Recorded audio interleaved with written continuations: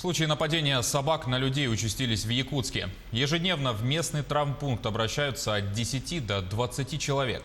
Всего за прошедший месяц пострадали почти 120 горожан, более 40 из которых – дети.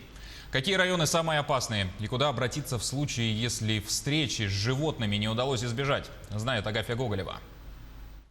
Укусы на руке и ноге. В травмпункт поступила девочка 9 лет. По словам ребенка, она просто играла во дворе дома, где на нее напала соседская собака. Мою племянницу укусила собака в районе Елочки на Якова Потапова. И сразу же мы обратились в станцию скорой помощи, что нам сделали перевязку ноги, руки. Потому что очень много собак бегает там. И вот когда ребенок гуляет, и как-то вот так случилось. Хорошо, что вот сразу обратились. Очень много собак. Надо что-то делать с этим. Как-то надо разбираться. Неблагоприятными районами столицы, где наблюдаются особенно большие своры собак, считаются ГРЭС, Айсарский и строительные округа, Белое озеро, 17-й квартал, а также микрорайоны Марха и Хатасы. Впрочем, опасные четвероногие могут встретиться даже в центре города. При поступлении таких пациентов сразу же оказывается экстренная неотложная медицинская помощь. Это первичная хирургическая обработка раны, иногда с наложением швов.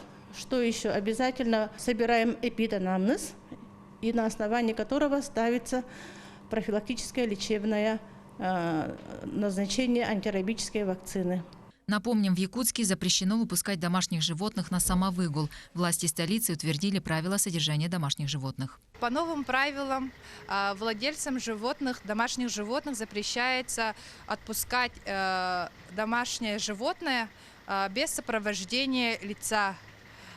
Также запрещается выгул особо опасных пород собак, видов собак, которые утверждены постановлением правительства Российской Федерации.